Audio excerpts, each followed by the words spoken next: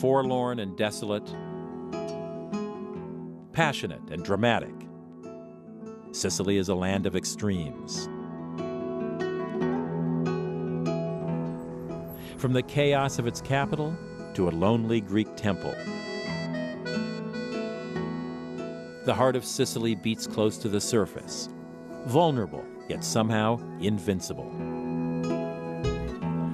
There's lots to discover in Sicily, from the wild west coast to the more populated cities in the east. In between, there are mountains, little villages lost in time, wonderfully preserved ancient ruins, not to mention a volatile volcano. My advice for Sicily is rent a car and take your time. You'll be following in the footsteps of Sicily's many conquerors. Adrift in the middle of the Mediterranean, Sicily has attracted invaders since the dawn of time. The Phoenicians, Greeks, Romans, Arabs, Normans, Spanish, and the Italians. All have claimed Sicily, all have left their mark, but none have entirely conquered the Sicilian soul. Inured to invasion, Sicilians cling tightly to their families, their churches, and their towns. The heritage of Sicily's multicultural past lives on in the art, the daily rituals, the myths, and the music of the island.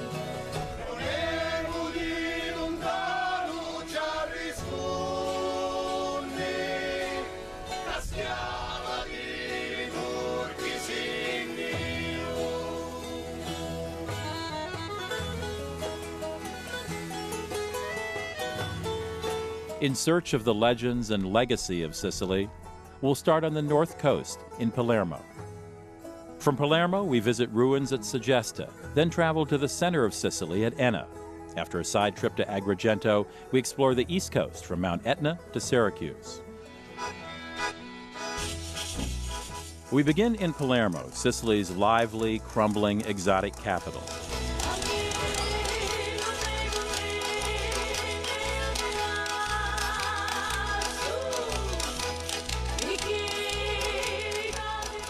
In the 10th century, Palermo flourished as one of the great commercial and cultural cities in the Muslim world. The Arabs ruled here for more than 200 years, adorning the city with palaces, boosting the economy, and building some 300 mosques. In the 12th century, the Normans accomplished a conquest in Sicily, much as they had earlier in England. The new rulers fused Norman and Arab architecture into an exotic blend that gives Palermo its distinct flavor. In Palermo, you're bound to stumble on a festival or neighborhood parade. At La Magione, a celebrated 12th century Norman church, the neighborhood gathered for baptisms.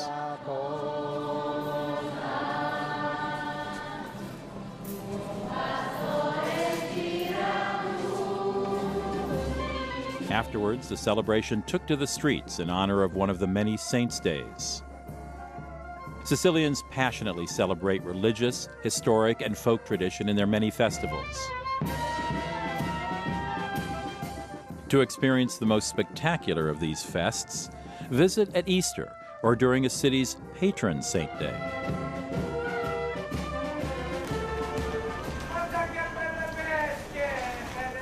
The streets of Palermo ring with the cries of merchants in the many markets. Each of the 4 neighborhoods in the historic district hosts a market, and they compete to be the liveliest. Zucchini. It's more like a walking stick. Wherever you travel in Palermo, you won't be far from ice cream. Sicilians even eat ice cream for breakfast. A brioche con fragola, per favore? Sì? Sì. Oh. And? Another one? Chocolate. Chocolate. Oh my God. The specialty is a gigantic sweet roll, a brioche filled with fruity, creamy, delicious gelato. Oh man, I am never doing oatmeal again. The best gelaterias make their own ice cream. Look for signs that say Produzione Propria. Puppets are another Palermo tradition that flourished in the 1800s. At the Museum of the Marionette, you'll find the cast of characters who make up the traditional stories of battles in the time of Charlemagne. Puppeteers traveled across Sicily, and entire towns eagerly awaited each installment of the puppet sagas.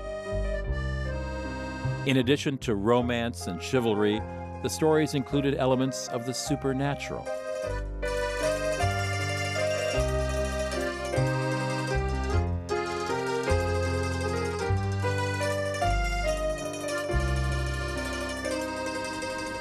When you travel from town to town in Sicily, be aware that driving in and out of the big cities can be hair-raising. Pack a good map, some patience, and a sense of adventure. Once you find your hotel the first time, the second go-around is a lot easier. You'll be rewarded when you drive the few miles outside of Palermo to the world-famous Cathedral of Monreale. William II, the Norman king of Sicily, claimed the Madonna appeared to him in a dream and urged him to build a cathedral equal to the greatest in Europe.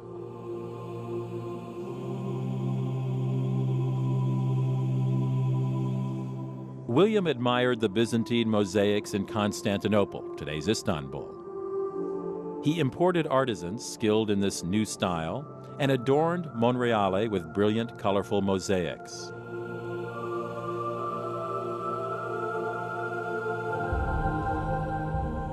William hoped to secure his power and impress his subjects with the splendor and opulence of the cathedral.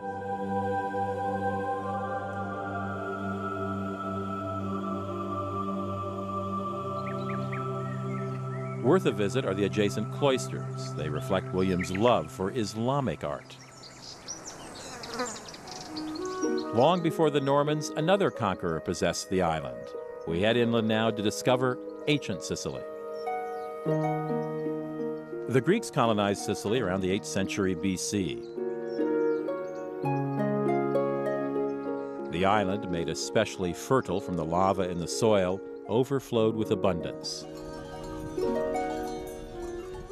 It was in some ways like the young America, a rich, unspoiled paradise.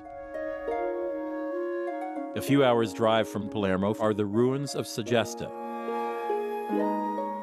The temple from the early 400s BC stands alone in a field, one of the best preserved monuments from antiquity. Segesta's original inhabitants, the Alumnians, became Hellenized and for a time allied with Athens. Experts disagree as to whether the temple was ever finished.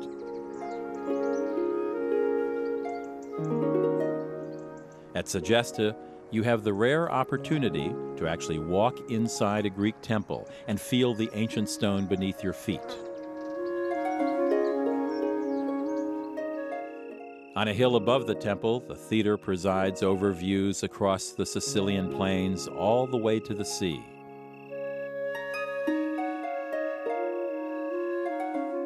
To experience the theater as the ancients did on a timeless summer evening, ask the tourist office in Palermo for a schedule of plays and concerts.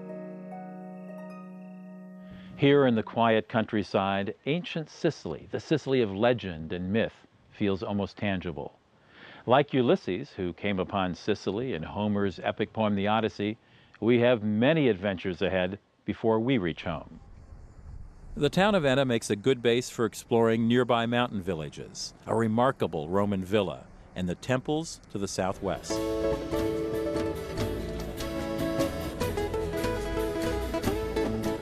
In Sicily's interior, you can experience small-town life, virtually untouched by time.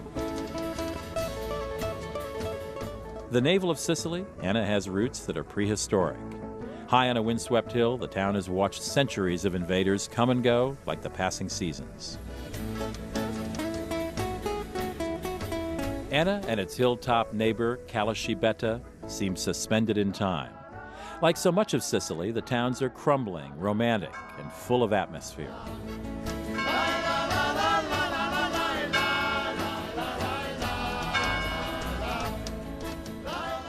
To truly experience small-town Sicilian life, you need to spend a day or two.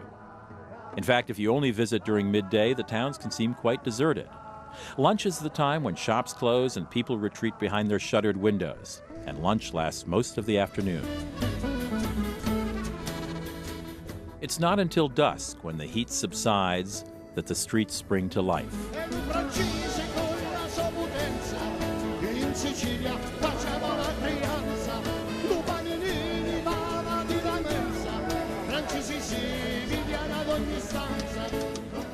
Everyone pours outside for the evening stroll or passeggiata. The large proportion of older citizens bespeaks the vast amount of emigration that's occurred here. In the 1950s, 10% of the population left the island in just 3 years.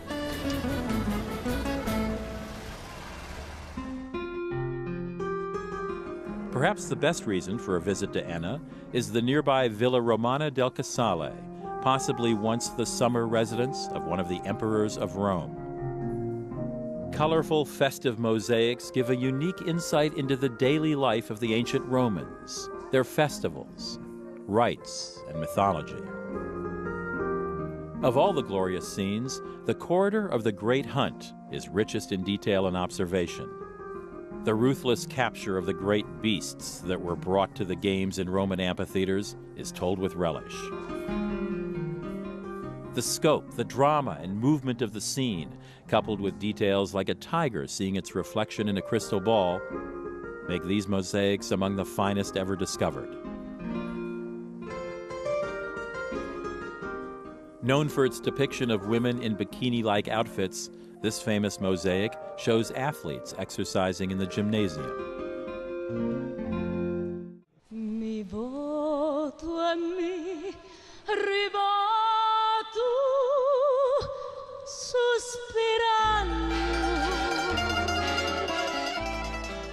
Mythical, magical Sicily, home to the gods. When the Greeks first landed here, the island was uncharted territory. The rough and wild landscape inspired in the ancients tales of monsters, deities, and heroic battles. The myth of Demeter and Persephone is said to have unfolded just outside of Enna.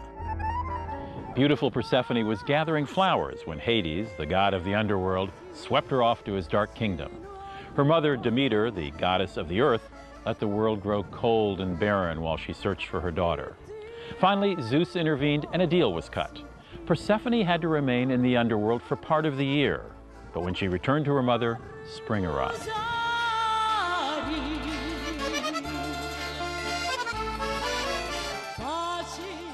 The cult of Demeter flourished in this part of Sicily because of the importance of agriculture. When the Romans conquered in 200 BC, they cut down enormous tracts of forest to plant grain. Stripped of trees and overplanted, the land eventually grew barren and arid. It was paradise no more.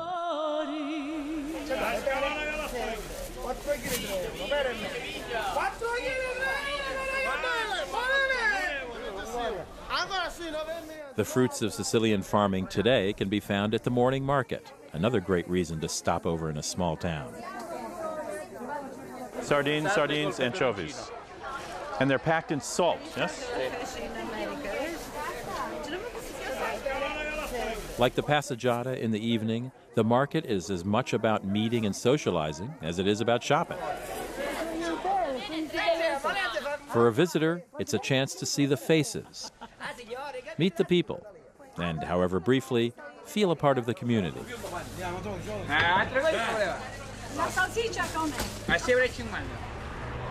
Our driving tour turns southwest now, through the rugged landscape.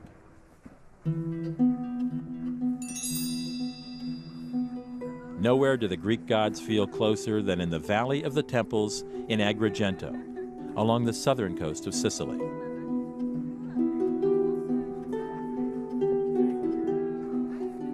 Called Akragos in ancient times, this Greek city flourished in the 5th century BC, growing quite wealthy from the abundant crops.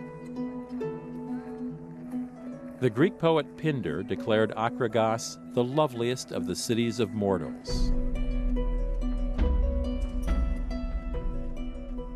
The most stunning and fully preserved temple at Agrigento is the Temple of Concord.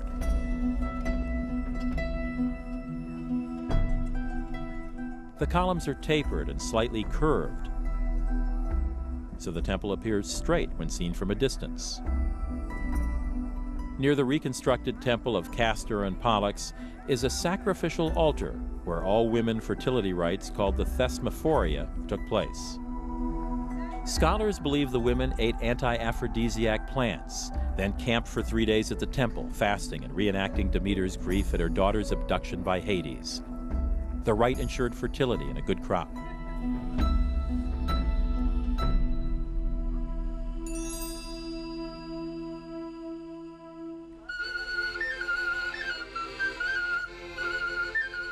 On the glorious terrace of the nearby Hotel Athena, I happened on a performance of the Agrigento folk band Dioscuri. Here too there's an exotic flavor, part Italian, Spanish, and Arab.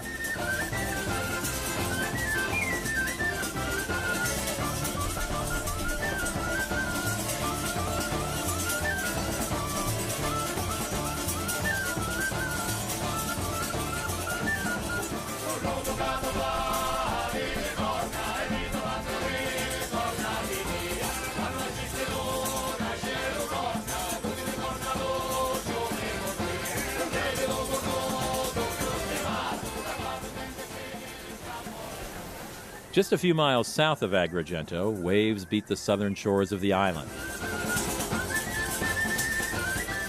Here, Greek expeditions once landed in search of land to colonize.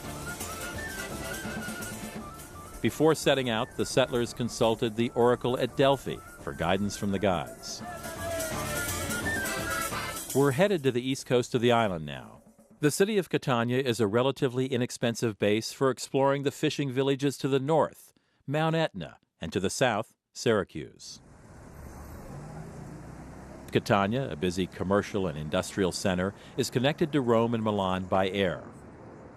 In Catania, lava is the theme. The gray lava stone colors the entire city. Mount Etna has spilled onto the streets, and earthquakes have leveled the town. A highlight of Catania is the fish market, where haggling and bargaining is standard business operation. Merchants and customers lock in a life and death struggle over the daily sardine catch.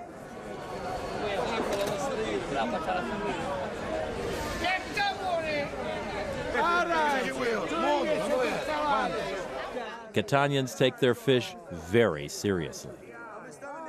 North of Catania, along the coast, timeless fishing villages like Aci Trezza mingle mythology with modern life.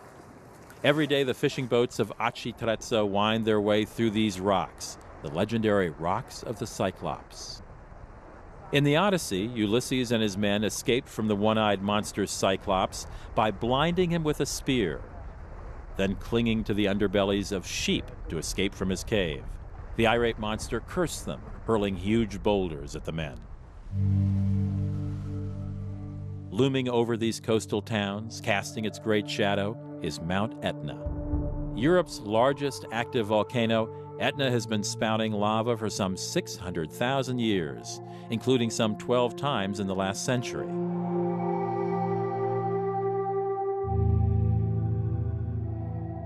It's anybody's guess when the giant will erupt again.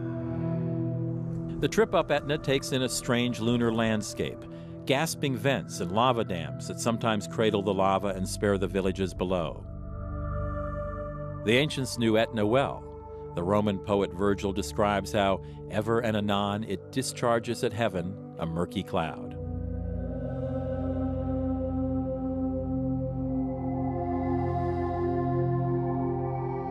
After heroically battling the volcano, why not indulge in a heavenly treat made with pure mountain water? The granita is a kind of ice sherbet, an elixir from the gods. The ancients mixed fruit juice with snow from Etna for a quick cool down on a warm Sicilian afternoon. From the Catania area, it's less than 2 hours by car south to the city of Syracuse. In ancient times, the city of Syracuse stood among the greatest cities in the world. If Sicily was the New World for the ancient Greeks, then Syracuse was its New York. Artists and philosophers like Plato came from the mainland, lured by the wealth. The population swelled. Syracuse soon rivaled Athens itself in wealth and power. The heart of the city lies on the island Ortigia, and the most delightful introduction is by sea. For 3,000 years, boats have cruised these waters. It was here that one of the great minds of the ancient world, the scientist and mathematician Archimedes, put his wondrous inventions to use. The year was 212 BC, and the great city was under attack by the Romans. According to the Roman chronicler Plutarch, Archimedes devised a huge crane with a claw that scooped up Roman ships and tossed the mariners into the sea. The crafty scientist is also credited with devising a system of enormous mirrors to reflect the sun and set Roman ships ablaze. Unfortunately, the city finally fell, and Archimedes was killed as he pored over a math problem in his home. The mile-long island of Ortigia abounds with Baroque art and architecture. Much of the city was rebuilt in the 17th century after a devastating earthquake. Pastry shops pop up on just about every street in Ortigia. In times past, nuns created Sicilian pastries, and different convents were known for particular sweets. In the back streets and alleys, you'll discover shops selling paper made from the papyrus plant, which grows in Sicily. At the Galleria Bellomo, I caught a demonstration of how papyrus paper is made. The ancient Egyptians, and later the Greeks and Romans, used the papyrus plant to make sails, cloth, mats, and most importantly, paper. The gallery sells paintings by local artists, all on papyrus, of course.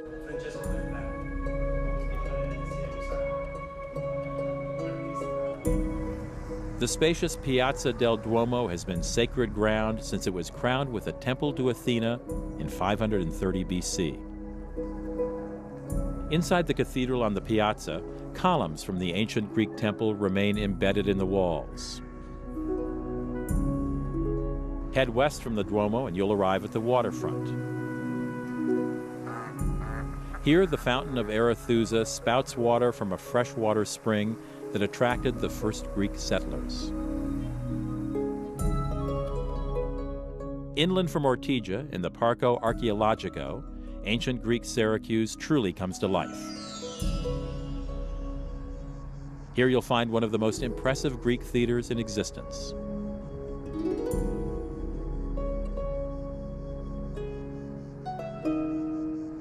Carved out of the bedrock in the 5th century BC, the theater held a crowd of about 16,000. The celebrated playwright Aeschylus premiered several plays here. Known as the father of tragedy, Aeschylus revolutionized theater, changing it from a solo performer with a chorus to drama played out by multiple actors.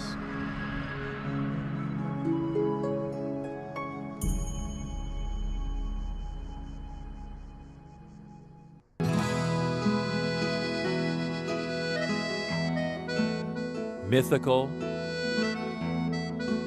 colorful, somber, and lonely. Enigmatic Sicily defies definition. The wonder of the ancient world comes miraculously alive here. And the exotic past mingles with the festive, spirited present. Sicily is an adventure.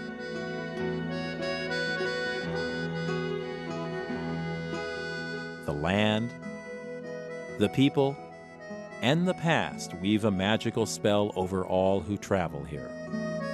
So, we've climbed a volcano, battled mythical monsters, and sailed the seas of Syracuse. Maybe, just maybe, 3,000 years from now, tales of these journeys will be told and epic poems written. Until our next Odyssey,